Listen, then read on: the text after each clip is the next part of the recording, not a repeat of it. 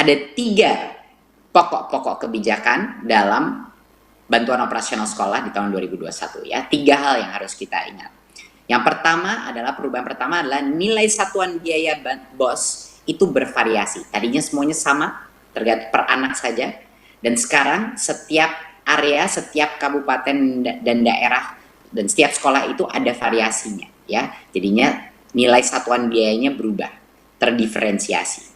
Kedua adalah penggunaan dana BOS masih tetap fleksibel, masih mengikuti pedoman penggunaan dan juknis dana BOS di masa pandemi ini untuk mempermudah berbagai macam kebutuhan yang dibutuhkan masing-masing sekolah. Dan yang ketiga adalah pelaporan dana BOS ini dilakukan secara daring. Jadi kita ada transformasi metode pelaporan dan nanti kita akan juga membahas dampaknya apa terhadap pelaporan daring ini.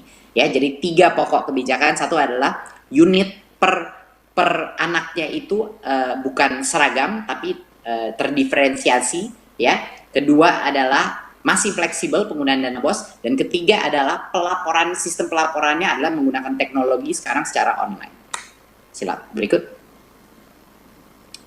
Jadi yang pertama dan yang terbesar dan berita terbaik bagi banyak sekali daerah-daerah, terutama daerah-daerah terluar tertinggal di Indonesia adalah satuan biaya BOS tidak lagi seragam.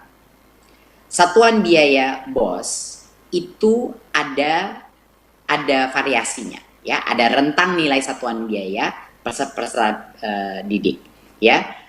Jadinya contohnya yang sebelumnya SD semuanya dipukul rata di 900.000 per anak, sekarang di SD ada sekitar dari 900.000 bisa sampai dengan 1,9 juta, ya. Dan ini adalah tergantung dari beberapa faktor lainnya, ya. Jadinya sekarang ada diferensiasi yang lebih afirmatif. Berikut.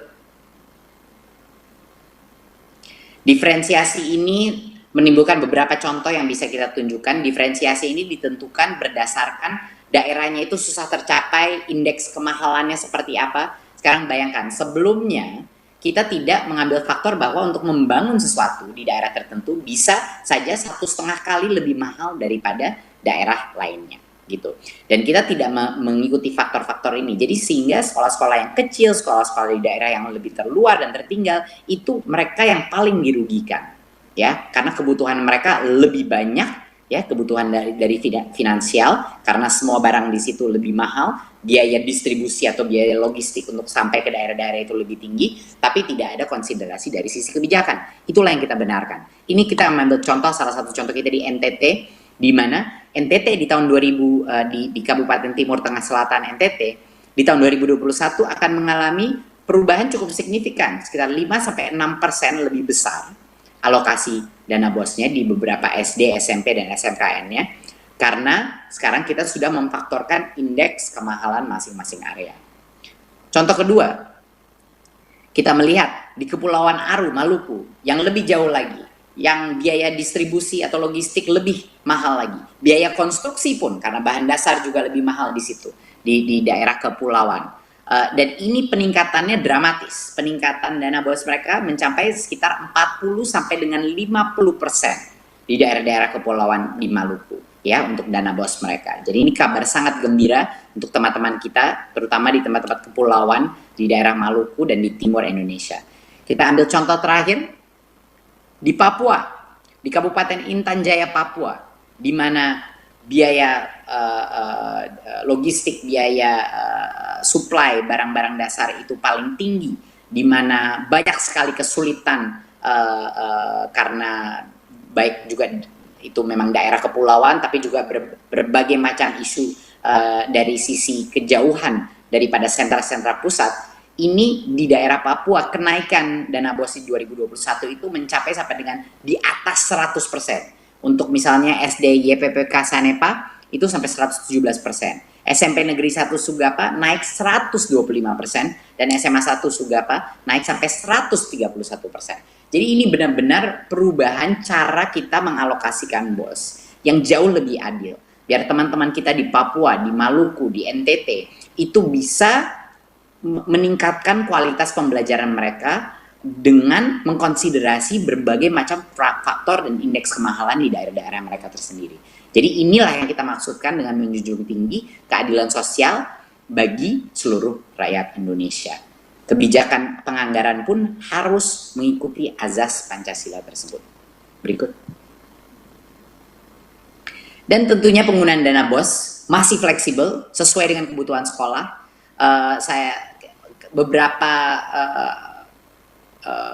penggunaan daripada dana BOS ini adalah yang terpenting apalagi di masa pandemi ini. Pertama adalah kita masih memberikan fleksibilitas pembayaran honor kepada guru-guru honorer di masa ini masih diberikan fleksibilitas, ya. Dan honor dapat diberikan kepada tenaga pendidikan apabila dana masih tersedia. Jadi kita berikan fleksibilitas bagi kepala sekolah, diskresi bagi kepala sekolah untuk memberikan honor kepada guru-guru yang paling layak menerima. Dan juga tentunya di mana saat ini kita sudah masuk dalam proses pelaksanaan tatap muka dan semakin banyak sekolah semakin setiap minggu mulai melakukan tatap muka, dana BOS bisa dan kami anjurkan untuk digunakan untuk segera mengakselerasi proses tatap muka untuk memenuhi segala kebutuhan protokol kesehatan seperti kesediaan sanitasi, masker, termogan, dan berbagai macam kebutuhan untuk memenuhi daftar periksa pembelajaran tatap muka. Dan tentunya karena asesmen nasional akan dilaksanakan tahun ini, pembiayaan apapun honor transportasi dan pelaksanaan AN itu juga bisa digunakan di dana BOS. Saya baru saja kembali dari Papua dan ini sangat tepat sebenarnya waktunya dengan pelaksanaan kebijakan ini.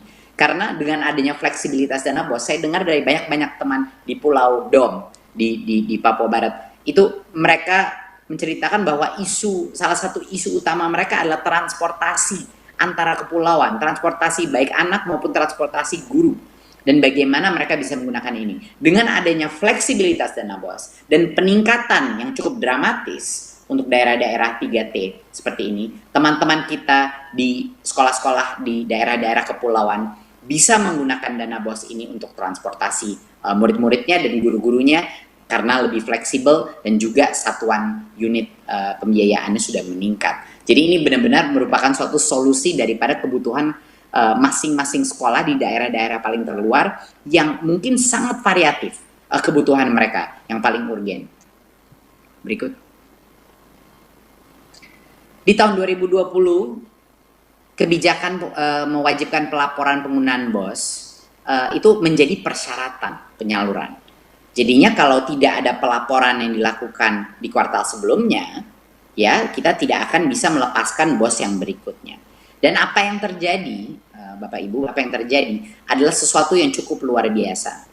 Walaupun kita telah memberikan fleksibilitas dalam penggunaan dana BOS, dan walaupun kita sudah melakukan transfer langsung kepada sekolah, pelaporan yang sekarang bisa dilakukan lewat online meningkat secara dramatis, ya. Pelaporannya itu meningkat secara dramatis. Di BOS tahap 1 peningkatan di tahun 2018 itu cuma 26% yang melakukan pelaporan, 2019 48%, tapi di 2020 70,7% sekolah melaporkan penggunaan BOS tahap 1. Ini suatu transformasi yang cukup luar biasa di dalam transparansi penggunaan dan pelaporan dana kita.